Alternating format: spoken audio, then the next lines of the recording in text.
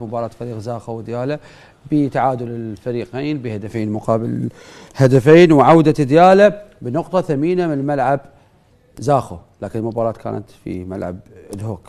لكن المباراة هي اللي زاخو بعد قرار الاتحاد العراقي بنقل هذه المباراة بسبب سوء أرضية ملعب زاخو. نادي الزوراء دائما يعني خلال 3 أو 4 مواسم دائما ما يمر بنفس الحالة اللي يمر بها الآن. صح. مع المدربين المصريين، سواء مع حسام أو مع المدرب عماد النحاس. أنا أعتقد هذه التجربة بالنسبة لفريق الزوراء تعطيك مؤشر أن الفريق بالنسبة للتعاقدات لم تكن بالمستوى المطلوب. هذا جانب المهم بفريق الزوراء، الضغوطات اللي تتولد على المدرب سبب رئيسي لخلال 3 مواسم أن تكون هناك قرارات مستعجلة أحيانا للمدرب. المدرب عندما ينضغط يأخذ منحنى آخر بالنسبة للتغييرات وبالنسبة لأسلوب اللعب، وكأنه يحاول أن يفوز بشتى الطرق دون الرجوع إلى كرة القدم لا تعرف لا كبير ولا صغير. هذا الجانب المهم.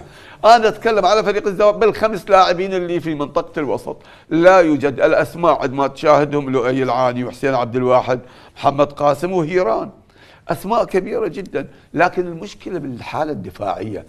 الفريق صح ما يسجل، أنا صح ما أسجل، ولكن أن يسجل علي عندما أسجل علي مع كربلاء.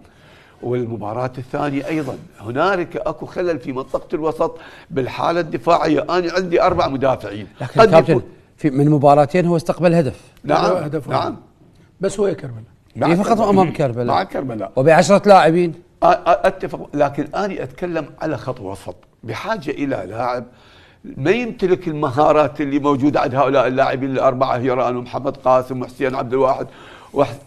أريد لاعب ما يمتلك هاي المهارات، ولكن لاعب مستواه دفاعي جيد جدا. وأنا دائما أقول يحتاج خط وسط فريق الزوراء لاعب مثل عبد المجيد أبو بكر، مغطي على الخط الدفاع ومشارك مع الهجوم. هذا اللاعب أنا برأيي هو المفتاح الحقيقي لفريق الزوراء واللي يحتاجه خلال 3 سنوات المضت.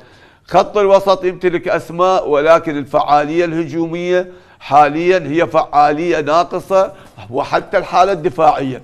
تعلمنا على فريق الزوراء من 3 إلى 4 مواسم نفس المعاناة. ماذا يخدم فريق الزوراء اليوم؟ الجهوزية للاعبين أغلبيتهم حاليا داخل الملعب للحالة الهجومية وليس الدفاعية. عندما تريد تبني أي فريق يبي تبدأ بمن؟ أي فريق تريد تبدأ به تبدأ بالحالة الدفاعية. أنا أشوف فريق الزوراء حاليا إذا أمكن بالتعاقد القادم أن يحتاج لاعب بمنطقة الوسط بمواصفات دفاعية عالية. طيب، أكثر مما يصعب مهمة الزوراء في هذه المباراة أنه راح يواجه أحد المدربين العارفين بخفايا الزوراء، حيدر عبيد ابن الزوراء. مو غريب على الفريق، يعني تحياتنا للكابتن حيدر عبيد. السنة اللي كان بيها مع فريق الزوراء الموسم قبل الماضي قدم الكثير للفريق وضبق الفريق لآخر 4 جولات منافس لفريق الشرطة. إذا تتذكر المباراة كانت تساووا تقريبا، وكانت أكو مباراة زيادة مؤجلة مع توك لفريق الشرطة خارج أرضهم، راحوا وفازوا بها، ومن ثم انحسم الدوري لفريق. تأثير هذا الموضوع على المباراة أنا باعتقادي مثل ما أنت تفضلت. بس اليوم هل فريق الزوراء نفس العناصر اللي كانت موجودة عند كابتن حيدر من كان يدرب؟ لا، أتكلم عن الظروف، عن اسم الزوراء، عن حتى كابتن باسم قاسم أحد المدربين اللي دربوا الزوراء. لا، أتكلم عن مدرب معروف، خططه معروفة، ستايله معروف واضح. شوف اليوم ايش راح يلعب هسه، بعد شوي راح نتكلم عن التشكيله، ما عندي وقت اتكلم. اذا رحنا على تشكيله نفط ميسان، تكلم. المدرب واقعي جدا، هو عنده يلعب 5 مدافعين. يقول لك الفرق القويه اللي اقابلها العب 5 مدافعين، راح يلعب 5. طبعا علي خالد واحد من الحراس الرائعين جدا، بدليل انه مباراتين كلين شيت، حتى ضربه جزاء بالمباراه الاولى الجولان مع الجولان. علي خالد حارس مرمى، واكو 5 مدافعين. نبدي بتقي فلاح على اليسار، حسين محسن، محمود احمد، كيتا، ايمن محمود، ذولا خط الدفاع ال5. عنده 4 في خط الوسط، عنده احمد صلاح وعنده عثمان ومحمد سلام وجعفر ناصر. جعفر ناصر راح يصير وراء عليون مساي اللي مهاجم الوحيد، اللي وراه راح يكون جعفر ناصر اللي هو صانع لعب او المهاجم الثاني. يعني نتكلم 5-4-1. 5-4-1. طيب بالنسبه لتشكيله باسم قاسم اللي راح يواجه فيها فريق نفط ميسان. احمد باسل، سجاد دفاع يسار ويمين، شابانوف وعلي عدنان، 4 مدافعين. اليوم علي عدنان قلب دفاع. وهذا تكلمنا عنه يعني. لؤي العاني، حسين عبد الواحد، هيران، محمد قاسم، مايكل ومحمد شريف. انا اتكلم على محمد قاسم ومحمد شريف. ممكن باستلام الكره ان يدخل محمد شريف خلف مايكل، طيب، وشريف يطلع بره. بمعنى اليوم 4 تغييرات عن نعم. مباراه كربلاء. نعم. بالنسبه للمدرب باسم قاسم. نعم 4 تغييرات، وانا اعتبر 4 تغييرات بالنسبه لظروف الزوراء منطقيه جدا. الفريق يجب ان يعود بسرعه. يعني اليوم تكلمت حضرتك على فوز الشرطه ايضا، ولا الضغط على فريق الزوراء، ولا الضغط على فريق فوز اربيل وعد جوي ايضا. الزوراء اليوم مطالب لجمهوره. انا اشوف الجمهور هذا السيناريو يتكرر للمره الرابعه، فاعتقد الكابتن باسم قاسم عنده فرصه اليوم. اما استغلال فريق نفط ميسان ووضعيته، انا شفت فريق نفط ميسان وعندي معلومه عنه انه الوضع المادي مأثر نوعا ما حتى بالتعاقدات. حيدر عبيد مدرب شجاع، يعني اعتقد اليوم بال5-4-1 هي منطقيه جدا. يعني اي مدرب جاي بغداد يلعب مع الزوراء في ملعبه امام جمهوره، 4-5-1 منطقيه. طيب تاثير تواجد قوقيه اليوم وقرب انضمامه لفريق الزوراء، انا اقول حاله نفسيه للفريق، انا يمكن ايجابيه بكل تاكيد ايجابيه. هو مو فقط راح يكون فوق بغرفه وين المدرجات، هو اصلا ربما بالمحاضره يجوز دخل مع اللاعبين، يعني حن لغرفه الملابس، حن واشتاق لك. وتعرف هم كلهم زملاء هذول، يعني سجاد ومحمد قاسم وحسين فلاح، ذول الباقين بالنادي السجادين، ذول كلهم زملاء الى العام الماضي والسنين اللي قبله. بالنتيجه ربما لها تاثير ايجابي على شكل الفريق. وتدري يمكن انا يعني على دكه الاحتياط واكو لاعبين قادرين على تغيير النتيجه لفريق نادي الزوراء. صحيح ما توفق بالمباراتين الاولى، لكن مو معناه هذا عدم التوفيق يستمر مع الفريق. وتكلم لك كابتن حمزه، اذا تتذكر العام الماضي بداياته مع الكابتن عبد الغني شاهد، قد يكون سوء توزيع المباريات، نوعيه المباريات، او البطوله الاسيويه اذا تتذكرها، انا اتذكرها كل زين. قد يكون الفريق ما خسر، بس الفريق النقاط اللي خسرها هي نتيجه التعادلات. تدري كم بطل التعادلات العام الماضي فريق نادي الزوراء.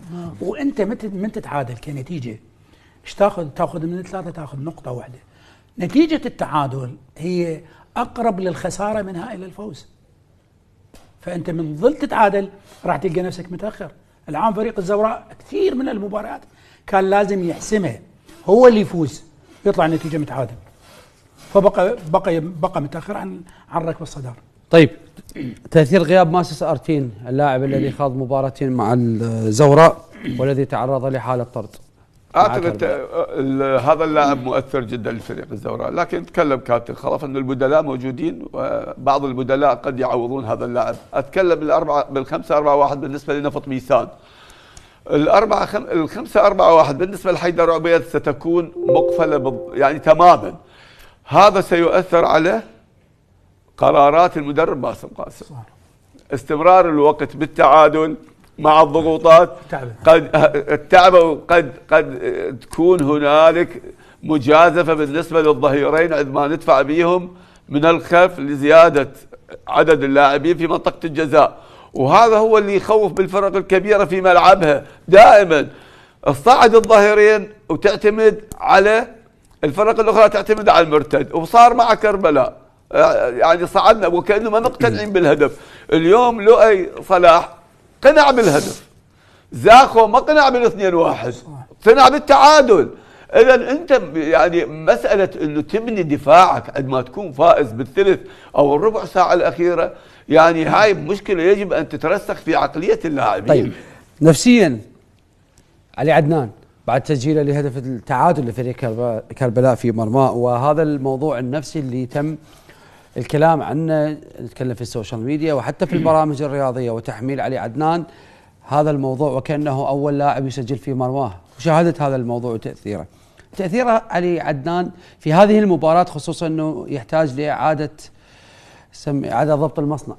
شوف بالنسبة له كابتن علي عدنان لاعب محترف، لعب بعدة دوريات، ولعب بالدوري العراقي كثير، ولعب لمنتخب شبابه كثير، ولعب للأولمبي، ولعب للمنتخب الوطني. أنا باعتقادي هذه تحدث في كثير من المباريات، ما تعني شيء انه انا سجلت في مرماي بالخطا، ولكن عندما يكون الموضوع اكبر من النقد. لا هذا انا اتكلم عن هذا التاثير، مو تاثير تسجيل الهدف في المرمى. انا اقول حتى هذه هو كثر الكلام، اوكي، هو كان كلام بكل تاكيد. يعني العالم بالفيسبوك، العالم تتكلم، وطلع اخوه يتكلم تذكر، يعني هو صارت امور. انا اقول هو كلاعب يتجاوز. انا اتكلم عن تحميل الموضوع اكبر من حمله اكثر محواه، انا اكثر من طاقته. انا اقول هيك مواضيع ما تتحمل الكثير، وعليه انا اقول لا. اليوم علي عدنان في هذا المركز قد يكون قائد للفريق، ما يتاثر. توقعاتك للشوط الاول؟ انا باعتقادي راح تكون مباراه مغلقه. مغلقه بالنسبه لنفط ميسان. في نتيجه تعادل. يعني ممكن ان يكون هدف، هناك هدف. وين؟ يعني احنا في كره القدم كابتن انت اول مره تطلع وياي. اي اعطيني نتيجه. يعني ممكن هدف واحد للزوراء. اذا شكرا جزيلا. هذه انتقاله من الاستوديو الى ملعب الزوراء واحداث الشوط الاول لمباراه الزوراء الذي يستضيف فيها فريق نفط ميسان ويبحث فيها عن الفوز الاول في دورينا، وايضا فريق نفط ميسان الذي تعادل في المباراه الاولى والثانيه ويحتاج فيها الى تسجيل اول هدف واول فوز. اذا علاء الزهيري سوف يكون معلقا لهذه المباراه التي يمكن ان تتابعوها على القناه العراقيه السريعه. للزميل العزيز حسين البهادلي في الاستوديو التحليلي وضيفيه الكريمين.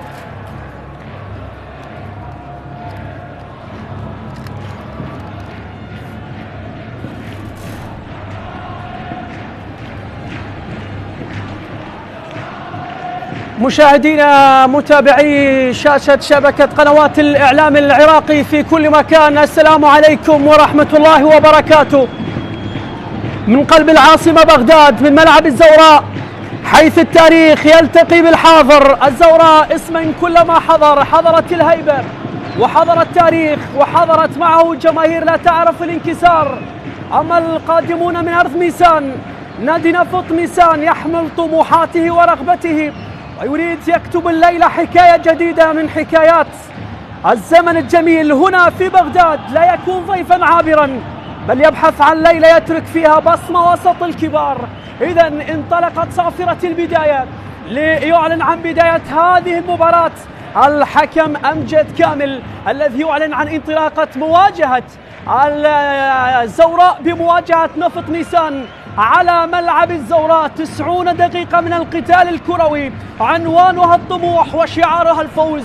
أول الكرات التي ترسل بهذا بادي بقوة نادي نفط ميسان. هذه الكرة التي أرسلت وبعد ذلك تحولت وذهبت إلى خارج أرض الملعب. يبحث إيلون إمباي من أول كراته، وهذا أحمد باسل. بعد هذه الكرة سنأتي بتشكيلة الفريقين. هذه الكرة التي يبدأ من خلالها الفريق الضيف بقوة، أرسلت بهذا الشكل، تحولت وأراد أن يستغلها نادي نفط ميسان. يبدأ ويريد أن يسجل تسجيل دخول قوي، لكنها ذهبت بعد ذلك إلى ضربة ركنية. أحمد باسل، بينما من ينتظر بالقرين 6 مع نادي نفط ميسان محمود أحمد يحضر كرته.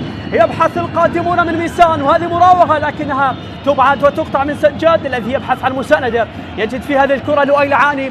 محمد قاسم، نقلات حاضرة بين أقدام لاعبي الزوراء، لكنها سرعان ما تقطع وتعود ترسل بهذا الشكل، لكنها بالرأس بعملية التهدئة وامتصاص حماس لاعبي فريق نفط ميسان، الفريق اللي داخل ضاغط. بادي بداية قوية لكنها تستعود وتستقر عند دفاعات الزوراء. سجاد محمد يلعب اليوم علي عدنان كقالب دفاع بعد غياب ماسس آرتن الذي تلقى البطاقة الحمراء في المباراة الماضية أمام نادي كربلاء. هذه هي مباراة الزوراء. نبدأ بالفريق الضيف القادم من ميسان بقيادة المدرب حيدر عبيد. لحراسة المرمى علي خالد، يلعب في خط الظهر حسين محسن، تقي فلاح، حيمن بن محمود ومحمود أحمد، في الوسط عثمان كاني، شيكيتا، محمد سلام، في المقدمة جعفر ناصر، اليونمباي وأحمد صلاح بقيادة المدرب حيدر عبيد ابن الزوراء، وسبق وأن درب أيضا الزوراء. اليوم يعود وهو منافس يريد أن يخطف الثلاث نقاط لنفط ميسان بمواجهة الزوراء بقيادة الجنرال باسم قاسم، بحراسة المرمى أحمد باسل، في خط الظهر سجاد محمد، مارين شوبانوف، سجاد محمد، علي عدنان. هذه كرة ترسل من هناك في الجهة المقابلة، يبحث من خلالها جعفر ناصر، يحاول لكنها تقطع بعد ذلك من لؤي العاني. ماذا يشير أمجد كامل؟ يشير بالرمية الجانبية لنفط ميسان. في الوسط لؤي العاني، حسين فلاح، هيران أحمد، في المقدمة محمد قاسم، مايكل جابريرا، محمد شريف بقيادة الجنرال باسم قاسم. هذه تشكيلة الفريقين.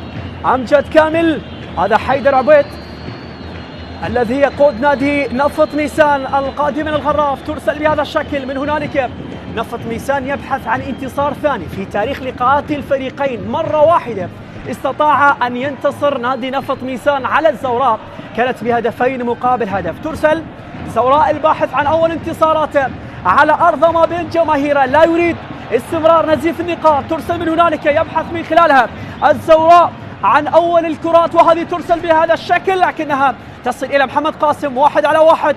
هل باستطاعة المرور؟ هل يتجاوز دفاعات نفط ميسان؟ تحضير حاضر مع هيران عند المساحة، مرر من هنالك، نقلة حاضرة، محمد شريف تصل بهذا الشكل، والعرضية ربما يأتي بالتسديد لكنها تصطد وتعود من دفاع. ضغط يمارس لاعبي الزوراء في هذه اللحظات، ضغط يمارس لاعبي الزوراء في هذه اللحظات، وسط تراجع للاعبي نفط ميسان مع أصوات الجماهير الزورائية الحاضرة في مدرجات ملعب الزوراء. يريد من خلالها أن يأتي بأول أهداف، يريد أن يأتي الهدف مبكرا. علي عدنان ومن يحمل إشارة القيادة القادم من الدور السعودي، هيران أحمد، وسط زحمة الدفاعات أمام محمد سلام، تعود من هنالك، ترسل بهذا الشكل. التحضير في الجهة المقابلة، عرضية أرسلت ولكنها تبعد من دفاعات نفط ميسان، ذهبت إلى خارج أرض الملعب. هذا محمد سلام يلعب في خط الوسط، ثالث مواسمه، بينما هنا الجنرال السيد باسم قاسم اللي في الموسم الماضي كان مع قلعة أربيل، وهذا الموسم يقود الزوراء، سبق وأن توج بطلا للدوري مع الزوراء. هل يفعلها الجنرال ويأتي باللقب الذي غاب منذ فترة طويلة عن خزائن الزوراء؟ علي عدنان يريد تجربة الحظ على بعد عشرات الأمتار، لكنها جاءت في المكان الذي يقف فيه حارس المرمى علي خالد. علي عدنان الخبرة الذي يقود نادي الزوراء أراد أن يجرب حظه على بعد عشرات الأمتار، سدت بهذا الشكل لكنها ذهبت إلى أحضان حارس المرمى علي خالد. ترسل من هناك، عرضية حاضرة، راسية ربما تكون، ولكن علي عدنان يرسلها إلى هيران أحمد الذي سجل في الموسم الماضي في الديربي وفي الكلاسيكو. هل يظهر في مباراة اليوم؟ إلى هناك حيث تنقل في الجهة المقابلة، تقي فلاح المدافع الأيسر بخيارات السيد حيدر عبيد، قطعت من محمد قاسم لتعود إلى محمد سلام قائد أبناء ميسان. تنقل كرة خاطئة، تعود من سجاد إلى الوسط. هيران الزوراء يبحث عن ثغرة في دفاعات نفط ميسان، هل يجدها محمد شريف القادم من الأهلي المصري؟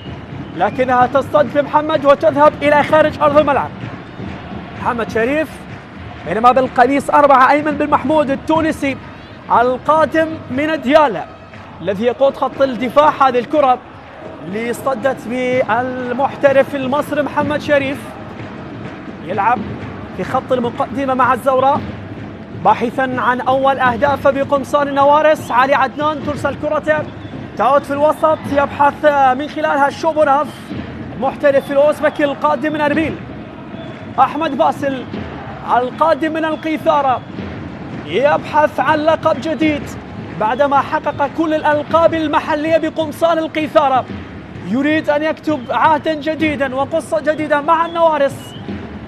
هيران مع علي عدنان، نقلات حاضرة، تراجع في هذه اللحظات، أول 10 دقائق، هذه الدقيقة 7 لن تحضر الأهداف. هل ينجح نفط ميسان بالخروج في الربع ساعة الأول من دون أهداف؟ هذه كرة أرسلت بهذا الشكل لكنها التغطية الحاضرة من دفاعات نفط ميسان لتعود إلى علي عدنان. يستمر الضغط وتستمر الكرات العرضية، يبحث من خلالها عن تسديدة، لكن مايكل جابريرا المحترف الأوروغواياني القادم من أربيل، سجل في شباك كربلاء. هل يفعلها للمرة الثانية في المباراة الثانية؟ هذه جماهير النوارس الحاضرة في مدرجات ملعب الزوراء لتبحث عن الانتصار الأول. جماهير الزوراء الحاضرة والتي دائما تحضر في المواعيد المهمة خلف الزوراء في كل مكان وفي كل زمان. أرسلت بهذا الشكل. هيران أحمد 1 على 1. هل يعبر؟ وصل الكرة لسجاد. سجاد محمد حضرها في الوسط إلى مايكل جابريرا. العاد الوسط من أجل استقبال الكرات، من أجل الهروب من رقابة المدافعين، بينما إليون باي يزعج دفاعات الزوراء في ال10 دقائق الأولى لكنه كان متسلل. راية حاضرة من أحمد صباح المساعد الدولي على قرايته ويشير بحالة تسلل على السنغالي القادم من الدوري الأردني إليون إمباي. هذه الكرة تسلل كان واضح من هناك مع مارلين شوبانوف مع لؤي العاني. نقلات حاضرة بين أقدام لاعبي الزوراء. علي عدنان تراجع كل لاعبي نفط ميسان في الوسط، لا يريد أن يترك المساحات للاعبي الزوراء، يعرف خطورة الموقف تماما، لذلك يلعب بتركيز عالي. بينما سجاد محمد يغير اتجاه اللعب في الجهة القريبة إلى سجاد محمد، من هناك سجاد محمد فاضل ومن هنا سجاد محمد مهدي. كرة تصل مع هيران أحمد. هيران يحضر، هذه كرة ترسل، يبحث مايكل عن مساحة كي يسدد محمد قاسم، ولكنها بأحضان حارس المرمى على مرتين. ينجح علي خالد حنون في تهدئة الأمور وإبقاء الأمور بالتعادل السلبي. هذه الكرة طبعا أول مواجهة كانت بين الفريقين في 2010 انتهت بالتعادل الإيجابي هدف مقابل هدف، وآخر مباراتين في الموسم الماضي أيضا انتهت بالتعادل هدف مقابل هدف وهدفين مقابل هدفين. وبانتظار هل تحضر الأهداف في وقت مبكر الزوراء أو نفط ميسان؟ أي منهما سيبادر أولا؟ أي منهما سيتجرأ بالوصول على شباك الآخر؟ قطعت هذه في وسط الملعب، يبحث عثمان كارم، أرسلها إلى إليون إمباي. إمباي مراقب محاصر، لم يجد ثغرة في دفاعات الزوراء حتى الآن. قطعت وعادت إلى هيران مع سجاد محمد. نقلات حاضرة بالكعب، يا سلام على النقلة، خرجت من مناطق الضغط بشكل صحيح. هيران أحمد وصلها لمحمد قاسم، عنده أكثر من حل بالمهارة بالشطر، يا سلام على التمريرة، وصلت إلى مايكل. خطورة حاضرة، هذه عرضية من هنالك وضع فيها قوة مايكل، كانت تحتاج إلى تركيز لكن أرسلها بهذا الشكل، مرت بسلام على مرمى نفط ميسان لتعود مع سجاد. تمركز جيد للاعبين نفط ميسان لكن ضغط يمارسه لاعبي الزوراء في هذه اللحظات، وسيطرة واستحواذ وتناقل الكرات، باحثين عن الثغرة. هيران ولكن كرته مرت بعيدة بعد أن عجزوا عن الدخول في منطقة الجزاء، يريدون تجربة الحظ من مسافات بعيدة. هل تكون الكرات البعيدة خارج منطقة الجزاء هي الحل للزوراء لكي يأتي أول الأهداف؟ الباحث عن انتصار الأول، أيضا نفط ميسان يبحث عن الانتصار. هذا هو جمهور الزوراء حين يهتف تهتز المدرجات، وحين يغني يشعر اللاعب خلف جيش من المحبين. يا له من جمهور وفاء لا يرتبط بنتيجة، وحب لا يعرف موسم أو بطولة. الزوراء داخل الملعب 11 لاعبا، وخارج آلاف القلوب التي تلعب معه في كل دقيقة. للزوراء تاريخ كبير، ولكن أجمل فصول هذا التاريخ كتب بأصوات جماهيره، الجماهير التي تعطي الشحنة، تعطي الدافع، تعطي الحماس داخل أرض الملعب. والزوراء مطالب بالتأجيل ومطالب بالانتصار، كذلك هو نفط ميسان مطالب بالانتصار بعد تعادلين. هيران يبحث عن مساحة، يمر من هنالك مايكل مع شريف، يا سلام على هيران. ركلة جزاء للزوراء بعد سلسلة من نقل الكرات، والمتسبب هيران. يا سلام على هيران ويا سلام على تحركات هيران، اهتزت مدرجات الزوراء، وبالتالي بانتظار من ياتي بالتنفيذ. محمد قاسم لاحظ النقلة، لاحظ التحضير، هيران بالاستقبال مع مايكل بيريرا، وبالتالي أو هذا محمد شريف المحترف المصري القادم من الأهلي. ثنائي في تركيز عالي وانسجام واضح، وبالتالي لعب كرة داخل المنطقة يتعرقل من خلالها هيران ويتحصل على ركلة جزاء للزوراء في الدقيقة رقم 13 من شوط المباراة الأول. لكن هناك عملية احتجاج من لاعبي نادي نفط ميسان. هل يعود أمجد كامل؟ والحديث في غرفة الفار مع محمد صلاح. هل يأتي التأكيد؟ هنا الترقب، هنا الانتظار. كبارا وصغارا تركوا كل المواعيد وجاءوا من أجل الموعد الأهم لمتابعة معشوقهم أمجد كامل. الموسم الماضي أدار مباراة واحدة للزوراء ومباراتين لنفط ميسان، وهذه هي المباراة الثانية أو هذه المباراة الأولى التي يديرها في هذا الموسم كحكم ساحة. أمجد، الحديث مستمر مع لاعبين نفط ميسان. لؤي العاني هو من يقوم بالتنفيذ، هو من سيأتي بتنفيذ ركلة الجزاء. هذه لقطة ركلة الجزاء، وهنا غير راضي سين محسن المدافع، يرى بأن الأمور طبيعية، لكن القرار جاء من حكم المباراة هو ركلة جزاء لهيران. لاحظ الابتسامة حاضرة من المحترف المصري محمد شريف.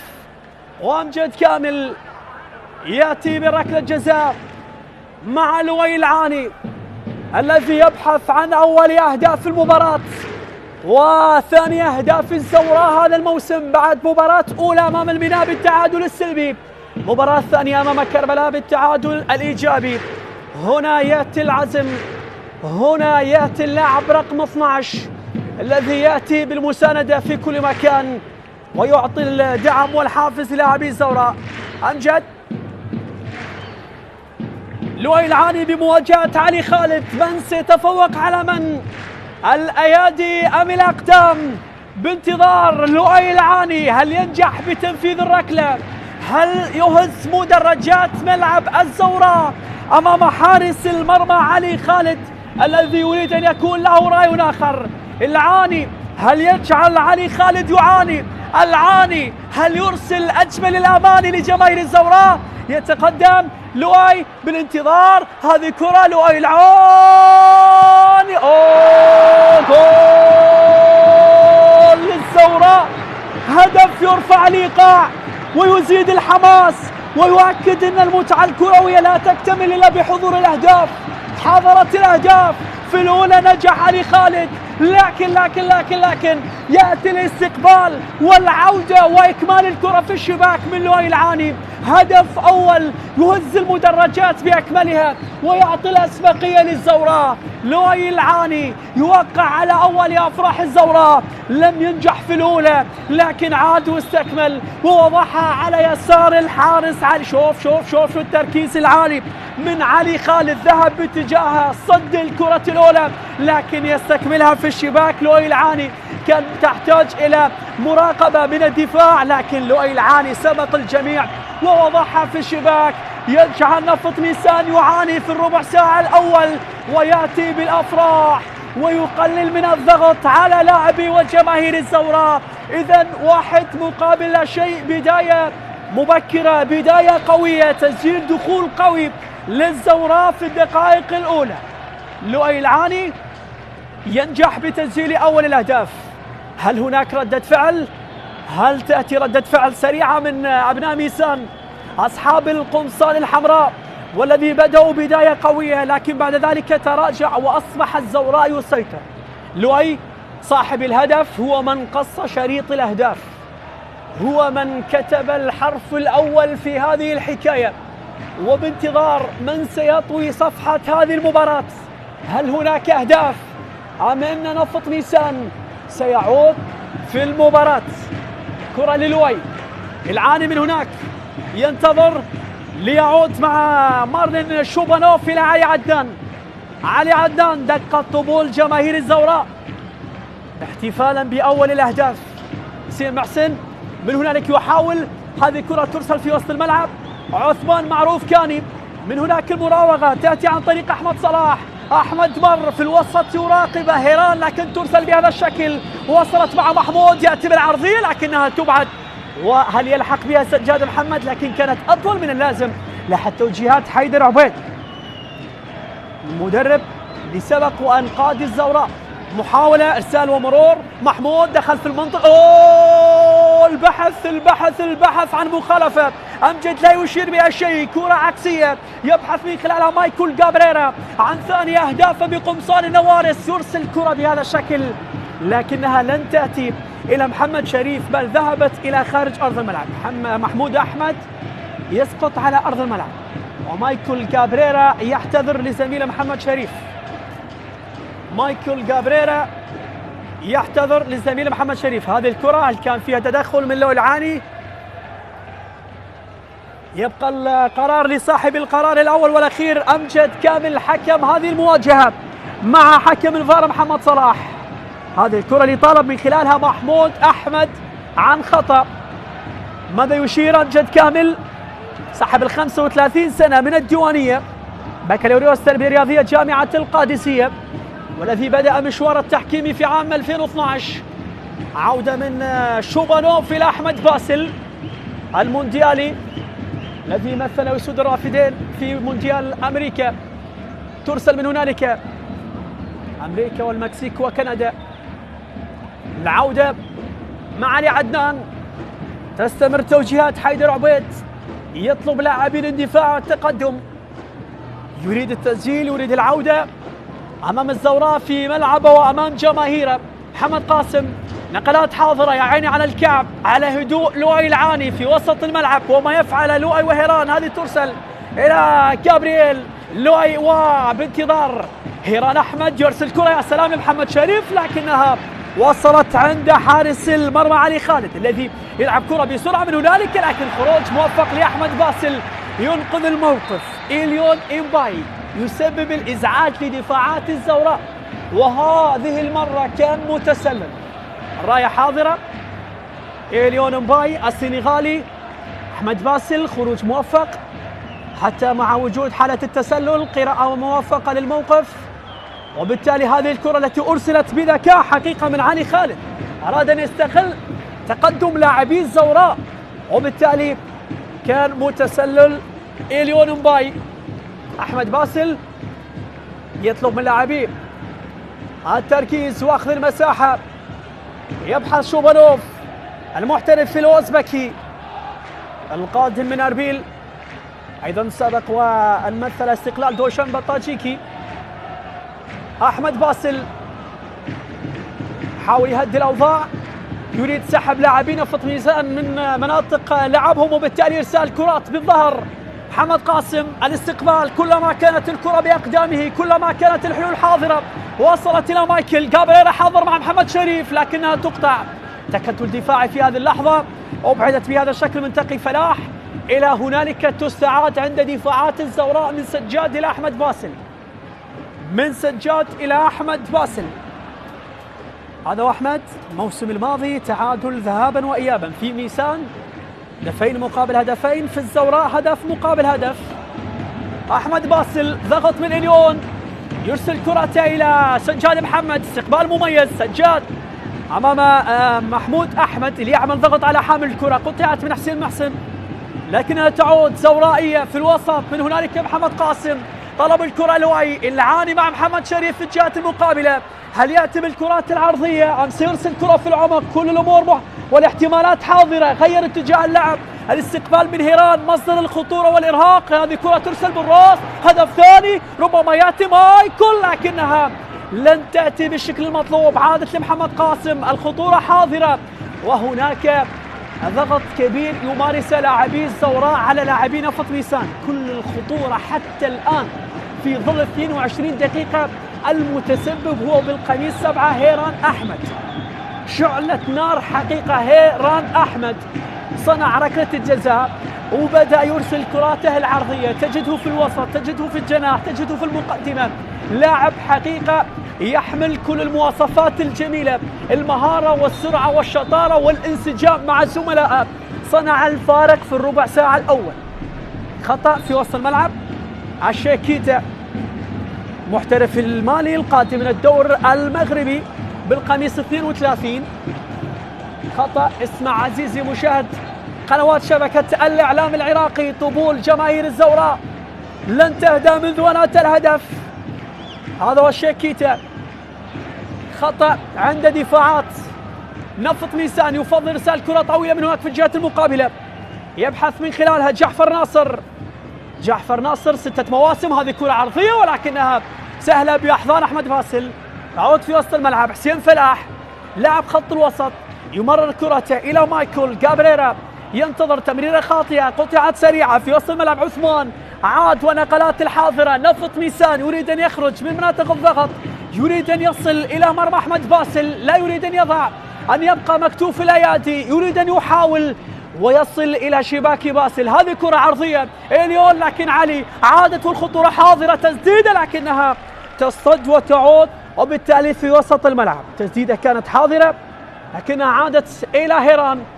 من هناك إلى حسين أو هذا لؤي العاني، يرسل كرة، يا سلام على النقلات الحاضرة، لكن لم تصل إلى شريف، بل خروج موفق من علي خالد، يأتي بالمسك المحكم ويخرج من مرمى. لاحظ الكرات التي تقدم على طبق من ذهب من لاعبي خط الوسط هيران ولؤي العاني، لم تصل بالمباشر إلى الشريف الذي كان مراقب، بينما شوبالوف يؤمن الموقف، يعود بكرة خاطئة صعبة على أحمد باسل، كانت أطول من اللازم، تكلف الزوراء ضربة ركنية من هناك في الجهة المقابلة على يمين أحمد باسل. من الواضح بالصورة مارلين شوبانوف المحترف الأوزبكي القادم من قلعة تربيل مع الجنرال باسم قاسم، هل يستفيد من الكرات الثابتة نفط ميسان؟ من سيأتي بالرأس الذهبية ويأتي بالتعادل للجماهير الميسانية، أم هناك الرأس الذي يدافع عن القمصان البيضاء علي عدنان والبقية؟ يلعب اليوم في قلب الدفاع بعد حرمان ماسيس آرتن الذي طرد في مباراة كربلاء في البطاقة الحمراء. هذه كرة من هنالك في الجهة المقابلة، نفط ميسان يبحث عن أول أخطار كراته، هذه ترسل بالراس لكنها ذهبت إلى خارج أرض الملعب. من محمد سلام، ثالث مواسمه مع نفط ميسان، سبق وأن مثل الكهرباء. هذه الكرة لعبت على القائم الأول من دون مراقبة، نفذ براحته لكنها أرسلت إلى خارج أرض الملعب بكل أريحية، لكنها علت العارضة ومرت بسلام على مرمى باسل، ترسل بهذا الشكل. من هناك النقلات الحاضرة، محمود أحمد يسقط على أرض الملعب، تدخل كان من سجاد محمد مهدي. محمود أحمد أيضا لاعب ممتاز حقيقة، نشاهد تحركاته في الجهة اليمنى، ظهر في أكثر من مرة، يريد أن يأتي بصناعة الأهداف. تدخل حاضر من سجاد محمد مهدي المدافع الأيسر في صفوف الزوراء، وهذا أمجد كامل، حضرت بهذا الشكل مع سيل لكنها تقطع من هيران وسط الملعب، تصل من هنالك إلى مايكل الذي يحول كرته في الجهة القريبة. هيران مع سجاد، هيران إلى هناك إلى سجاد محمد، بالراس تحضر محمد قاسم، محمد قاسم تمريرة خاطئة، تعود إلى أيمن بن محمود القادم من ديالى، عودة إلى حارس المرمى علي خالد، نقلات بين أقدام لاعبين نفط ميسان لكنها تقطع بالراس وتعود. محمد قاسم يطالب بخطأ، استمرار في اللعب حاضرة عند لاعبين نفط ميسان. محمد سلام يطالب بخطأ، خطأ حاضر، والحديث مع حكم المباراة أمجد. هذا هو لؤي العاني، سجل هدف رفع إيقاع المباراة وزاد من الحماس، وأكد للجميع بأن لا تحضر المتعة إلا بحضور الأهداف. هدف من ركلة جزاء على مرتين لؤي العاني، في الأولى لن ينجح لكن في الثانية استكملها في الشباك. ما شاهدنا ردة فعل حقيقية لنادي نفط ميسان، الكرات الثابتة لم تستغل.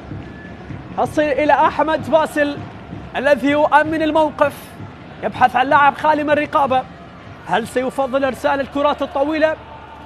أحمد باسل يطلب من لاعبي التقدم لخط المقدمة، إرسال كرة بهذا الشكل، يبحث عن محمد شريف ومايكل جابريرا، هذه كرة عند هيران، عند المساحة للتسديد، لكن تسديدته ذهبت إلى خارج أرض الملعب. هيران أحمد ربما استعجل في التنفيذ، وبعد ذلك مرت كرته إلى خارج أرض الملعب، يسبب القلق والإزعاج لدفاعات نفط ميسان. هذا حسين فلاح لاعب خط الوسط في حديث مع زميله هيران، يطلب من زميله هيران التركيز وعدم فقدان الكرة بسهولة. محمد شريف حكم المباراة يمنح الفريقين دقيقة من أجل تناول شرب الماء واستعادة الأنفاس. هل هذه لقطة ركلة الجزاء التي تحصل على هيران أحمد؟ لاحظ بعد تمرير من محمد شريف في عمق دفاعات نفط ميسان التي كسرت في تلك الكرة الأولى، تصدى بنجاح علي خالد، لكن ما كملت الفرحة الميسانية، عاد واستكملها في شباك لؤي وأرسل الفرحة لمدرجات ملعب الزوراء. من أول مباراة بين الفريقين كانت في موسم 2010، انتهت بهدف مقابل هدف. نفط ميسان فوز وحيد على الزوراء بهدفين مقابل هدف، كان في موسم 23 سجل لنفط ميسان ياسر سلام ومحمد سعيد، كان بقيادة المدرب عدي إسماعيل. الحديث حاضر من وهو أوه هذا قوقية اللي حاضر في المدرجات، والتفاعل الجماهير الحاضر العائد من الدور التركي. حسن عبد الكريم لن يتحمل الفراق، عاد لمعشوقه البيت الأبيض. وهنا جراهام أرنولد يأتي ويتابع، مدرب منتخبنا الوطني. ماذا يشير أمجد؟ يبدو يطلب إعادة التنفيذ. أمجد كامل الحكم هذه المواجهة في الموسم الماضي 38 مباراة ما بين حكم ساحة وحكم فار وحكم رابع، لكن 10 مباريات قادها كحكم ساحة في الموسم الماضي، 7 ركلات، وفي هذا الموسم هذه ركلة الجزاء الأولى التي يمنحها، لكن في الموسم الماضي 7 ركلات. تحدث عن حكم المباراة صاحب 35 سنة أمجد كامل. بينما أحمد باسل يرسل كرة أمامية وطويلة، يبحث عن محمد شريف مع مايكل جابريرا، ويسط الملعب حسين فلاح، بينما محمود أحمد أكثر لاعبي نفط ميسان تحركا. محمود أحمد، محمود مر هذه كرة يبحث من خلالها السلام على المراوغة، لكن بعد ذلك يأتي حسين فلاح ويتدخل في الوقت المناسب. تمويه بالبدن والمهارة حاضرة، كان يبحث عن مساحة كي يسدد، لكن يتدخل حسين فلاح. تصبح عكسية للزوراء، يبحث من خلالها سجاد عن شريف، أمامية طويلة، المحترف المصري عرقلة لهيران، لكن حكم مرات يأمر باستمرار اللعب، ترسل بهذا الشكل، تمريرة حاضرة، ولكن يعود في الوسط حسين فلاح يقطع الطريق. العمود الفقري للزوراء والرابط الحقيقي بين الدفاع والهجوم. نتحدث عن حسين فلاح القميص 6 في وسط الملعب، وما يقدم حسين فلاح في وسط الملعب. محمد قاسم يعود مع شوبانوف. علي عدنان وأفضل فتراته في أودونيز الإيطالي، هناك في الكاتشو الإيطالي، لعب في الدوري الأمريكي، في الدوري السعودي، في الدوري الإيراني، لعب كثيرا في الدوري العراقي، خبرة كبيرة لقائد الزوراء. هذه كرة ترسل بهذا الشكل، لكنها ذهبت إلى خارج أرض الملعب. ماذا يطلب المحترف المصري محمد شريف؟ حديث كان قبل هذه اللقطة مع حكم المباراة. هذه الكرة التي أرسلت بهذا الشكل لحق بها محمد شريف، وهيران كان يطالب بالركلة، لا وجود لأي مخالفة. قرار كان سليم من حكم المباراة أمجد كامل في اللقطة الماضية. سين محسن يؤمن كرته وبالتالي يتحصل على خطأ. سين محسن المدافع الأيمن سبق ومثل الكرخ والقاسم والقوة الجوية والنفط والديوانية. خبرة كبيرة في الدوري. هنا توجيهات الجنرال باسم قاسم، يبحث عن الانتصار الأول للزوراء في هذا الموسم بعد تعادلين. لؤي وحسين فلاح لاعبي خط الوسط، والبحث عن هيران والبقية في خط المقدمة. هيران أحمد يعود إلى سجاد، سجاد بدورة يعود إلى علي عدنان. نقل الكرات بين أقدام لاعبي الزوراء للبحث عن ثغرة من أجل إضافة ثاني الأهداف. يعلم بخطورة الموقف وأن نتيجة 1-0 لن تكون نتيجة الأمان في عالم كرة القدم. الصورة المقابلة يبحث أيضا نادي نفط ميسان عن هدف التعادل. هذه الكرة تدخل كان من تقي فلاح على صاحب الهدف الوحيد لؤي العاني، خطأ في وسط الملعب للنوارس التي حلقت مبكرا في الربع ساعة الأول.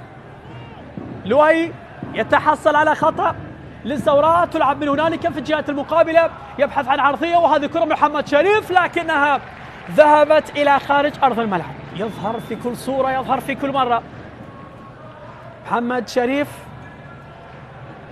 القادم من الأهلي المصري يبحث عن هدفه. وهنا جماهير الزوراء عاملة جو في مدرجات ملعب الزوراء، تحضر في كل المواعيد وتبحث عن الانتصار خلف الزوراء مهما كانت النتائج، حتى في أصعب الظروف. الوفاء حاضر من المدرج الزورائي. بينما هذه الكرة إليون مباي أمام شوبانوف، هذا هو إليون لاعب حرك حقيقة، تحركاته تزعج دفاعات الزوراء. بينما من هناك تقي فلاح في الجهة المقابلة، هل يستغل الكرات الثابتة نفط ميسان؟ تجاوزنا النصف ساعة لعب، الزوراء هدف لا شيء نفط ميسان. كرة عرضية داخل منطقة راسيل، ماذا أهدر أيمن بن محمود التونسي. كيف يترك هفوة من دفاعات الزوراء، لكنها لن تستغل من التونسي أيمن بن محمود. هذه كرة سرق نفسه، وجد المساحة، لكن شوف لعبها بقوة.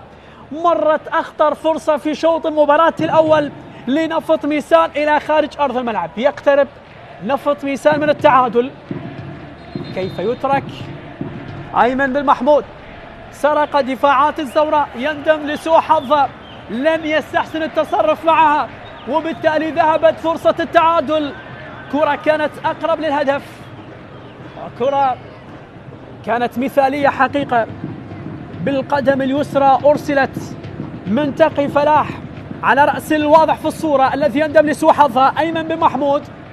سلامات لي أحمد باسل، يسقط على أرض الملعب، يشكو من إصابة.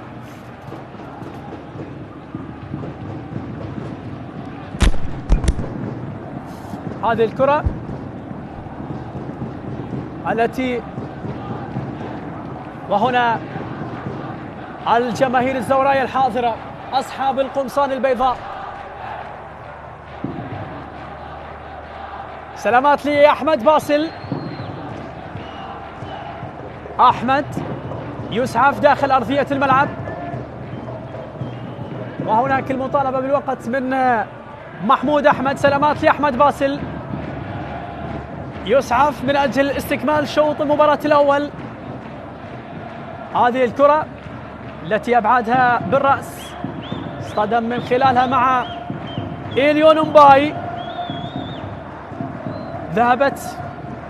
وسلامات لأحمد باسل ينهض لاستكمال شوط المباراة الأول.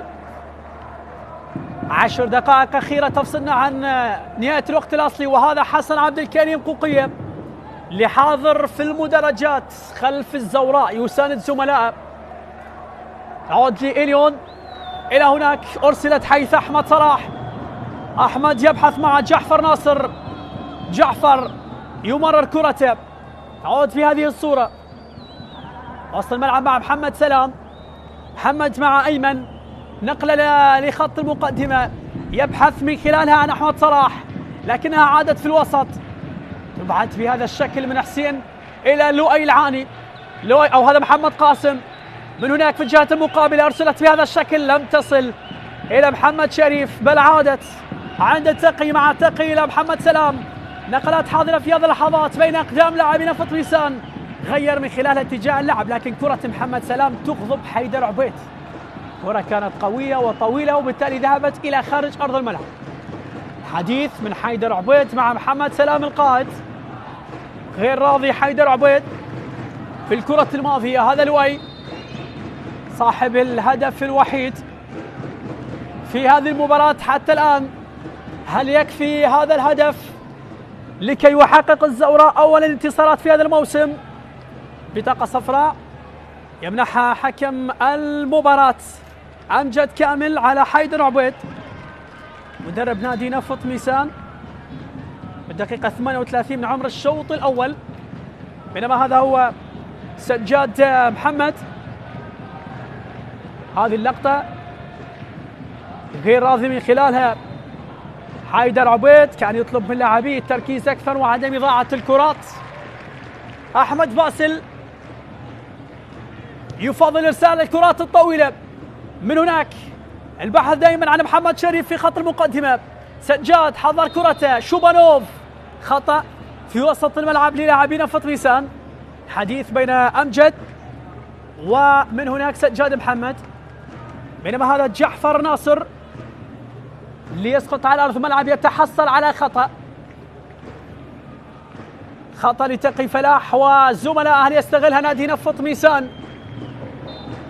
دقائق الست المتبقية على نهاية الوقت الأصلي. هل تكفي نفط ميسان بالعودة أم سيتأجل هدف التعادل إلى شعار آخر إلى الشوط الثاني، أو سيبادر الزوراء بإضافة ثانية أهدافه؟ كل شيء متوقع، كل شيء منتظر. هذه كرة ترسل بهذا الشكل راسية من إليون لكنها ذهبت إلى خارج أرض الملعب. نادي نفط ميسان خطير جدا في الكرات الثابتة والكرات الراسية. الأولى من أيمن، الثانية من إليون مباي. هل تكون الثالثة ثابتة؟ دائما ما لاعبين نفط ميسان في الكرات الثابتة يجدون الحل في الكرات. وهذه ترسل من أحمد باسل، تذهب بالمباشر إلى رمية جانبية عند سجاد محمد. بينما عثمان معروف كان واضح في الصورة، المحترف السنغالي في خط الوسط مع لاعبين نفط ميسان. تعود من هنالك عند كيتا مع علي خالد يفضل ارسال كرة طويلة تجنبا وعدم الوقوع بالمحظور. بينما محمد قاسم خطف كرته تصل الى مايكل جابريرا. تمريرة خاطئة تعود سريعة من احمد صلاح. نقلة حاضرة لكن فضل المراوغة تصل مع المهاري محمود احمد. هذه كرة ترسل بهذا الشكل. يا سلام على العرضية لكن لم تجد من يستقبلها. إليون والبقية. مرت الكرة بالمباشر من هنالك إلى خارج أرض الملعب. عمل كبير يقدمه محمود أحمد مع نفط ميسان. والكرة العرضية التي أرسلها لكنها ذهبت من هناك إلى رمية جانبية. عادت مع شوبانوف يفضل إرسال كرة طويلة. مايكل مع محمد شريف. هذه محمد قاسم. مروة تقدم. الثاني للنواس. يا عيني هدف لن ينسى. هدف أشعل المدرجات فرحا وجنونا. هكذا تسجل الأهداف. لمسة إبداع من محمد قاسم وإنهاء قاتل وفرحة بحجم مدينة كاملة. يا فنان يا فنان يا فنان يا فنان. محمد قاسم على طريقة الكبار يضع كرة من فوق الحارس في الشباك ليضع ثاني أهداف الزوراء. يا عيني على هدوءك، يا عيني على حسابك يا محمد قاسم في الدقائق الخمس الأخيرة. لا تخطئ أمام محمد قاسم تدفع الثمن، والثمن غالي. عيد يا مخرج عيد. هناك أهداف تسجل لتغيير النتيجة، وهناك أهداف تخلد لتصبح جزءا من جمال الحياة. هذا الهدف سيخلد في ذاكرة جماهير الزوراء. هذا الهدف سيبقى عالقا في ذاكرة جماهير الزوراء. شوف يا عيني واستمتع. على لمسة، على هدوء، على فرحة، على جنون في المدرجات. محمد قاسم يوقع على ثاني أهداف الزوراء. نعم هو موجود هنا من أجل كتابة التاريخ، من أجل كتابة أجمل السطور ستطوى في الصفحات سيقرأها الجيل القادم. محمد قاسم. بينما هنا ردة الفعل لنفط ميسان عبر أقدام محمد ومحمود يطالب بالخطأ، لكن أمجد يقول لا وجود لأي شيء. هل يفعلها الزوراء ويأتي بالثالث؟ أداء كبير يقدم لاعبي الزوراء في هذه المباراة. لؤي من هنالك أرسل كرة لسجاد متقدم وهذه ترسل، لكنها أو من هناك جاء المحترف المصري محمد شريف يقدم عمل كبير. وهناك جماهير الزوراء التي بدأت طبولها بالدق والاحتفالات وصدحت حناجرها، رفرفت رايات الزوراء كلما حضر محمد قاسم، كلما حضرت الخطورة. يأتي بتوقيع على ثاني الأهداف والثالث للزوراء في هذا الموسم. نفط ميسان لن يعود بل ضاعف النتيجة الزوراء. محمد قاسم من هنالك. اسمع عزيزي مشاهد قنوات شبكة الإعلام العراقي، أصوات الجماهير، يهتز المدرج الأبيض. محمد قاسم هل يكون الثالث؟ رأسية حاضرة لكنها تبعد، تبقى الخطورة. هيران أحمد يا عيني على التسديدة لكنها تعود، وبالتالي تستقبل من علي عدنان، ترسل بهذا الشكل. آخر دقيقتين متبقيتين على الوقت الأصلي والحقيقي. بالوسط تحضر، يا سلام على كرة. هل يأتي الثالث؟ حصار يمارس لاعبي الزوراء على نفط ميسان في هذه الدقائق، لكن هناك راية وحالة تسلل يشير من خلالها من هنالك المساعد، وبالتالي الكرة التي يتحصل من خلالها على خطأ دفاعات نفط ميسان. هذه كرة وهنا الاستقبال، أراد أن يلعب كرة على الطاير لكن كان شوبانوف متسلل. الراس تبعد، عادت بهذا الشكل، راسية أرسلت في وسط الملعب. ما الذي يحدث للاعب نفط ميسان؟ تعود لمحمد، يريد من خلالها استعادة الثقة والتمركز. محمود أحمد أنشط لاعبين نادي نفط ميسان وتحركاته التي يريد من خلالها صناعة الفارق، تقطع بسرعة. سرعان ما تعود الزوراء اليوم يلعب بضغط عالي على حامل الكرة. ربما يأتي الثالث. مايكل جابريرا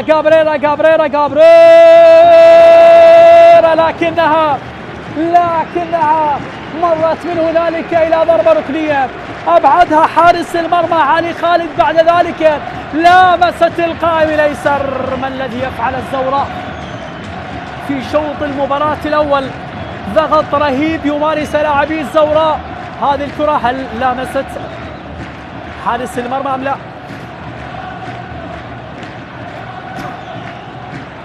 هذه الكرة أرسلت بهذا الشكل، يبدو لي مرت ولامست القائم الأيسر. هذا هو مايكل جابريرا يبحث عن ثاني أهدافه بعد أن سجل في شباك كربلاء. محمد قاسم الزوراء باحثا عن الثالث، يبحث عن رصاصة الرحمة، يريد نهاية الأمور مبكرا. محمد قاسم 1 على 1 مر، 1 على 1 يعني مر، 1 على 1 يعني مر. بعد ذلك التمريرة من هيران إلى محمد شريف ولكنها تبعد من دفاعات نفط ميسان. دربكة حاضرة في الدفاع، وبث بعد ذلك تعود إلى لؤي العاني صاحب الهدف الأول، هو من قص شريط الأهداف، هو من مهد الطريق للاعبي الزوراء. ترسل وتعود، نقلات حاضرة. سجاد محمد يعود مع لؤي العاني. لؤي طلب الكرة من علي عدنان، العودة لخط الظهر، يريد سحب لاعبي نفط ميسان من مناطق لعبهم. شوبانوف أرسل كرته، يعود بدورة لأحمد باسل. علي عدنان يفضل إرسال الكرات الطويلة، يبحث عن هيران لكنها تقطع من كيتا. يعيد كرته مع حسين محسن، أمامي أرسلت بهذا الشكل. من هناك يبحث اليون، هل يأتي هدف التقليص؟ هذه تسديدة لكن وضع فيها القوة ولن يضع فيها التركيز، وبالتالي مرت إلى خارج أرض الملعب. كل العمل من لاعبين نفط ميسان عبر صاحب القميص رقم 6. الفرحة حاضرة، الابتسامة حاضرة في مدرجات الزوراء في هذه المباراة. 5 دقائق كوقت محتسب بدل المنظار. سنلعب حتى الدقيقة الخامسة بعد 45. أمجد كامل يشير ب5 دقائق. اسمع عزيزي المشاهد، جماهير الزوراء، للزوراء تاريخ كبير، ولكن أجمل فصول هذا التاريخ كتب بأصوات جماهيره. عادت مع سجاد، يراوغ يرسل كرة من هنالك خاطئة، تعود لمحمد، نقلة مع اليون لكن تبعت. اليون مباي، علي عدنان يحمل إشارة القيادة، يريد أن يقود النوارس لأول انتصار في هذا الموسم. أرسل كرة، عاد مع علي محسن أو حسين محسن، أمامية اليون، استقبال، ولكن بعد ذلك علي عدنان بالروح القتالية يرسل من هناك شوبروف، تحذير خاطئ، تعود إلى جعفر ناصر. ما يميز لاعبي الزوراء يا عيني على محمد قاسم، يستعرض مهارته في مباراة اليوم، بينما مايكل جابريرا أرسل محمد قاسم، يأتي الثالث.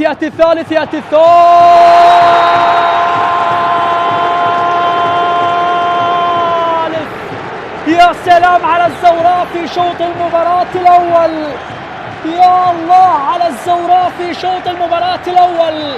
بعد سلسلة من نقلات الكرات وصلت إلى محمد قاسم، الكرة العرضية التي يضعها على طبق من ذهب ليأتي شريف ويضعها في شباك. من سجل الهدف؟ هيران وليس شريف. هيران يترجم مجهودات التي قدمها بهدف. دموع الفرح حاضرة وجماهير الزوراء عاملة جو في المدرجات. عيد يا مخرج خلي نشوف.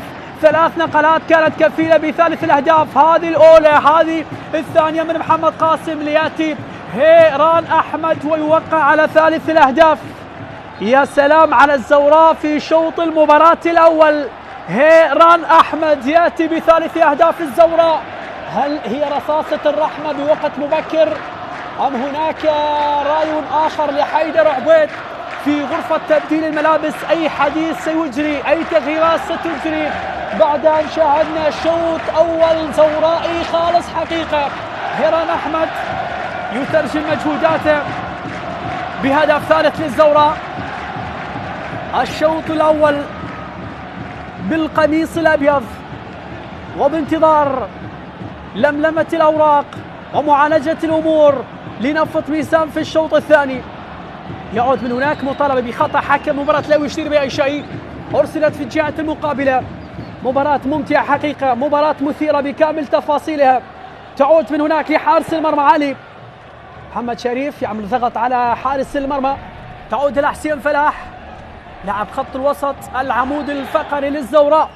تعود في وسط الملعب عند عثمان معروف كاني، بينما سجاد متعطش. سجاد والبقية لا يرتوي عطشهم التهديف الزوراء في مباراة اليوم، البحث عن رابع الأهداف. من هناك أرسلت بهذا الشكل. نلعب في الثواني الأخيرة على نهاية شوط المباراة الأول، من خلالها محمود أحمد يفضل إرسال كرة طويلة في الجهة القريبة إلى جعفر ناصر لتذهب إلى خارج أرض الملعب. هذا هو جعفر الجناح الطائر. إذن هكذا متابعينا مشاهدي شاشة شبكة قنوات الإعلام العراقي أتت صافرة أمجد كامل عن نهاية شوط المباراة الأول بتقدم الزوراء ب3 أهداف مقابل لا شيء. هو من فتح شفرة المباراة لؤي العاني، ثم محمد قاسم، بعد ذلك هيران أحمد. مشاهدينا الكرام، أعود بالصوت والصورة للزميل حسين البهاتي هنالك في الاستوديو التحليلي. زميل حسين، عندك الكلمة مع ضيفيك الكريمين.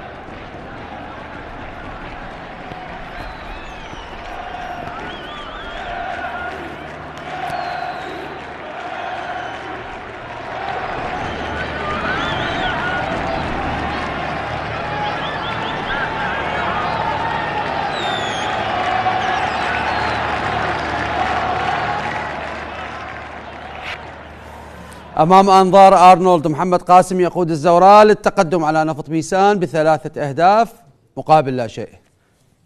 أنت صح، جوهرة لم نستغلها ولا أحد عارف قيمتها على مدى سنين طويلة. هذا الولد من نوع آخر في كرة القدم. من 2017 لليوم هو حالة من الإبداع. اليوم إذا شاهدنا الشوط الأول هو شوط محمد قاسم، عمل كل شيء في هذه المباراة. عزف، أنا أقول معزوفة، سيمفونية للشوط الأول، اسمها محمد قاسم. انا كل اللي اتمناه الناس اللي تفتهم كرة قدم، خلي اقول لي تفتهم كرة قدم، من عنده كيتشي جوهره معقوله يكون بعيد عن المنتخبات الوطنيه؟ هذا سؤال ووراها علامه كويشن مارك، يسمونها علامه استفهام. يمكن هذه اللقطه هي عنوان الشوط. هذه اللقطه هذه شوف، لا مو الهدف، انا ما راح اتكلم عن اترك الهدف راح نتكلم عنه فنيا وعن جماليته. خلي هو لكن خلي كابتن يوصل رساله. هو خلي يروح عن هذه اللقطه اللي راح الجمهور الزوراء. أوكي. اللي بعدها هذه اللقطه يقول لهم انا هنا هنا المن اكيد لي كادر تدريبي، ترى انا موجود هنا. ارنولد موجود خلاص أرنولد. انا موجود، يقول له انا موجود. اوكي، هذه احنا هاي شوف، تدري وين التألق وراء هذا الهدف؟ هو شنو اللي سواه؟ هسه انا اريد الرساله للمدرب، للكادر التدريبي، مو بس الكادر يعني للكل. ترى انتم على مدى سنين طويله انتم ظالميني. تذكر مباراتنا وقطر بطوله كاس العالم 2019، كم كان عمره من سجل هدفين وبزمن كتنج وعودنا المباراه. طيله هالسنين هل يعقل انه محمد قاسم يكون بعيد عن المنتخب الوطني؟ حرام. شوف يعني ورا هاي كمل كابتن كمل. انا اقول لك ورا خلي يعطينا الهدف الثالث، خلينا ناخذ الهدف الثالث من البدايه، خلينا نمر بشريط الاهداف وبعدين نجي الهدف الثالث. اذا خلينا نتعرف على الهدف الاول للزوراء اللي سجله لؤي العاني عن طريق ركله جزاء او بعد تصدي الحارس لركله جزاء. لؤي العاني يسجل التقدم. كابتن خلف، كابتن حمزه. الثلاث اهداف كانت ملعوبه جدا، احيانا تجي كرات صدفه تسجل، لكن اهداف اليوم فريق الزوراء يعني فتحت شهيته اليوم في ملعبه وامام الضغوطات قدر ان يعبر عن نفسه، وثلاث اهداف مهمه جدا لفريق الزوراء لتكمله المشوار. هذا الجانب الاخر تحدثت على اللاعب محمد قاسم قبل بدايه المباراه كابتن حسين. بس بالبدايه ركله جزاء اي لا بس ركز لي ركله الجزاء بالبدايه. يعني انا بالحالات التحكيميه دائما اتحفظ. يعني اكو شخص دز له رساله، طبعا هو عضو الاتحاد، اي قال اسالهم ركله جزاء ولا لا. يعني انا ما اتكلم عن الحالات التحكيميه لان اكو برنامج انت الحكم. اي اكو برنامج انت الحكم. تكلمنا انه على الورق كان محمد قاسم طرف يمين يلعب عكس رجله، لكن قلت لك في استلام الكره سيكون محمد قاسم خلف المهاجم، وفعلا هذا اللي حدث. محمد شريف يطلع برا ومحمد قاسم يلعب خلف المهاجم، وهي هاي المكان اللي يحبه محمد قاسم، وبرز به رغم التكتل الدفاعي للفريق. احنا نباوع هنا تكتل دفاعي عالي جدا وضغط بالمساحات، لكن هذا الهدف يتحمله احد قلوب الدفاع. صح. على الاقل كان يطلع معه هيران، حتى ممكن هاي وحده من الاخطاء المدافعين اللي شاهدوا هيران نزل استلم. اذا نعيدها شويه اللقطه زميلنا المخرج، بس نعيدها شويه اللقطه. شاهد هيران شلون نزل استلم حتى نقدر نشخص الاخطاء الدفاعيه اللي يوقع بها فريق نادي نفط ميسان منذ البدايه. يعني هذه نعم مشي خذها بالبطن. نوقف هنا استلم بسهوله. يعني الخط الدفاعي اللي عدده 1 2 3 4 5 انضربوا بهاي الكره كلهم على الاغلب، وخط الوسط 4. يعني هنا راح يندار. هسه يلا قلب الدفاع فكر يطلع له، هاي صعبه بعد ان يندار المهاجم وواجه الحارس، وهيران لعب كره ممتازه، ومن ثم رد اياه محمد شريف بعد احلى، صار ضربه الجزاء، صار الهدف منها. انا اعتقد هذا الهدف هو اللي وضع فريق الزوراء على السكه الصحيحه، وكانه هذا الهدف فتح شهيه فريق الزوراء ان يقدم. سوى الهدف جمال ركله جزاء. هو امامنا من ركله جزاء. لا هو بعد تصدي الحارس. نعم. اذا هدف عادي يعتبر، مو هدف ركله جزاء.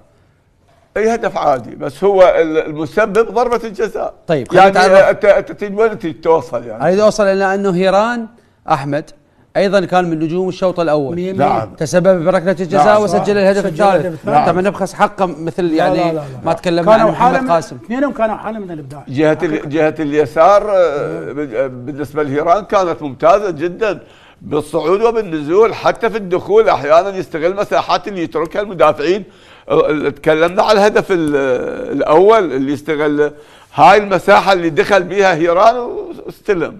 طيب هذه ايضا كانت هناك شكوك بركله جزاء لفريق نفط ميسان بعد ان تعرض اللاعب الى اعثار داخل منطقه الجزاء، لكن الحكم قرر استمرار اللعب. طبعا الغريب بالامر بهاي الحاله لا الفار ولا الحكم، الفار ما استدعى الحكم. لا بس قرر الفار، قرر انه قرر انه ما اكمال المباراه. خلاص. طيب ايضا يمكن انت الحكم اكيد هم الاوضح ويعطون القرار النهائي. خلونا نشاهد الهدف الثاني لفريق الزوراء واللي سجله محمد قاسم بهذه الطريقه الجميله. خلي نوقف هنا، وقف هنا.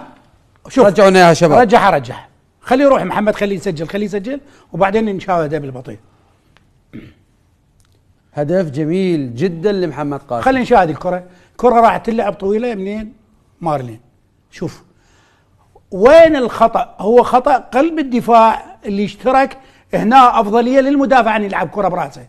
هنا ما وقت التوقيت الصحيح، بالنتيجه الكره راحت من فوق حسين محسن، ومنو اللي اجى من الخلف؟ اللاعب الابرز. خلينا نشوف هنا كيف راح يتصرف. هنا تمويه، لا راح يمين ولا راح يسار، الحارس قاعد لعب الكره من فوق الحارس. الأهم من هذا خلي نشوف الهدف الثالث وبعدين عندنا حالات. لا قبل ما نروح للهدف الثالث نتكلم عن جودة الهدف، وكأنما محمد قاسم استجمع كل خبرته بهذه اللقطة. شوف بهذه اللحظة هو لا انت فكر، احنا مثلا انا والكابتن حمزة قاعدين قلنا ايش راح يسوي؟ يراوغ الحارس ويروح على اليسار ويلعب الكرة، او يروح لليمين او يسدد، لكن هو اتخذ القرار اللي فقط هو فكر به. وهي منين تجي حالة الابداع؟ حالة الابداع انه مو انت تفكر هو ودا يلعب مثل ما انت تفكر، وانما هو بداخله شو اتخذ القرار؟ لا القرار لا عندك ولا عندي، عنده قراره هو وهو الاصح، هنا تجي حالة الابداع. هذول اللاعبين احنا دائما نسميهم اللاعبين الموهوبين. انا هذا الجول صحيح جول جميل جدا، بس خلي نشوف العمل مال الهدف الثالث. انا اتمنى خلينا نشاهد الهدف الثالث اللي كان ايضا بصناعة محمد قاسم. من هنا خلينا نشوف الكرة استخلصوها فريق نادي الزوراء. من اللي راح يستلم؟ محمد قاسم. وقف هنا، وقف محمد قاسم وين؟ على القوس الدائرة في ملعبهم. طيب. مضبوط. خلينا نشوف المسافة اللي راح يقطعها، مشيها للكرة بالبطيء، خلينا بالبطيء. محمد قاسم بده يتقدم، بده يقراها للهجمة، والآن راح نبدي. شوف محمد قاسم وين اخذ الفراغ، كرة رائعة مايكون. هنا محمد قاسم، هنا الاسيست الرائع جدا الى اللاعب المبدع الاخر في هذا الشوط اللي هو هيران. اوكي الان 2 سجلوا و2 صلحوا وهم ابطال المباراة. فريق الزوراء اكو لحظة من اللحظات بالدقيقة 30 يمكن خليه يروح خلي اسال انا بس اريد الكره بالجزاء، يعني شوف اخطاء المدافعين المحترفين 2-3. خلينا نعيد الهدف بس يعني من زاويه اعلى شويه، زاويه اعلى حتى نبين. هنا انقطعت الكره، هنا الامور جيده جدا بالنسبه للضغط، بالنسبه للمراوغه، بالنسبه للمناوله للجانب انفكت، اكو تكتل لفريق نفط ميسان. هنا الدخول ومن ثم هاي هسه احنا نباوع بالجزاء، يعني تباوع الامور. هنا نوقف يعني تباوع الامور. فريق الزوراء يعني ما ممكن ان يسجل بهذه الحاله الدفاعيه الموجوده. 2 بالجزاء 2 بالجزاء، لكن المشكله خلينا نراقب رقم 5 القريب جدا على الهدف، يعني متر واحد كان ممكن يقطع هاي الكره. لكن احس انه الاخطاء الدفاعيه اللي كانت اليوم داخل منطقه الجزاء كانت اخطاء بدائيه، اخطاء فريق ناطي هدف ضربة جزاء ومن ثم يرتكب هذا الخطأ الثاني. اعتقد ليس انت تلعب ب5 مدافعين هو شرط انه انت تقفل. احيانا تلعب ب5 مدافعين بدون تنظيم وبدون تركيز وبدون حضور ذهني، هذا يأثر على الخط الدفاعي، مما يستغل فريق الزوراء بهاي العناصر الموجودة ويسجل 3 أهداف. حيدر عبيد لم يخطأ بال5-4-1، ولكن اللاعبين هم من اخطأوا بالتمركز والحضور الذهني. باسم قاسم يمكن استغل كل نقاط الضعف بالنسبة لفريق نفط ميسان، خصوصا بعد اكتمال التشكيلة للزوراء. بكل تأكيد اليوم حسين فلاح في وسط الملعب واللي كانوا محتاجينه في كل المباريات. لاعب ارتكاز من هو ولؤي يقدموا مستوى في وسط الملعب. كابتن اليوم فريق الزوراء تحس من عندك 2 لاعبين وسط يلعبون من الخلف للمنطقة الهجومية. يعني أنت حتى تراقب من اللي يراقب لاعب الوسط، لاعب الوسط الآخر اللي المكان اللي ينطلق منه محمد قاسم من نصف ملعبهم، قطع كل المسافة حتى يروح لفراغ يستقبل به كرة يصنع به الهدف الثالث. نفس الشيء بالنسبة لهيران، هيران لاعب وسط. اليوم أنت 2 لاعبين الوسط سجلوا الأهداف. يمكن أنا قبل البرنامج خطورة فريق نادي الزوراء مو بالراس الحرب المهاجمين، خطورتهم بلاعبي الوسط القادرين على التسجيل، لؤي، هيران، محمد قاسم. هنا تكمن الخطورة. اليوم اللاعب الوحيد اللي شال النص اللي هو طبعا هذه اللقطة اللي انت طلبتها. شوف خلينا نشوف عدد المناولات. هاي 1، ايش قد راح يحتفظون بالكرة؟ هاي 2، هاي 3، كرة راحت لليمين سجاد، 4، 5، هاي 6.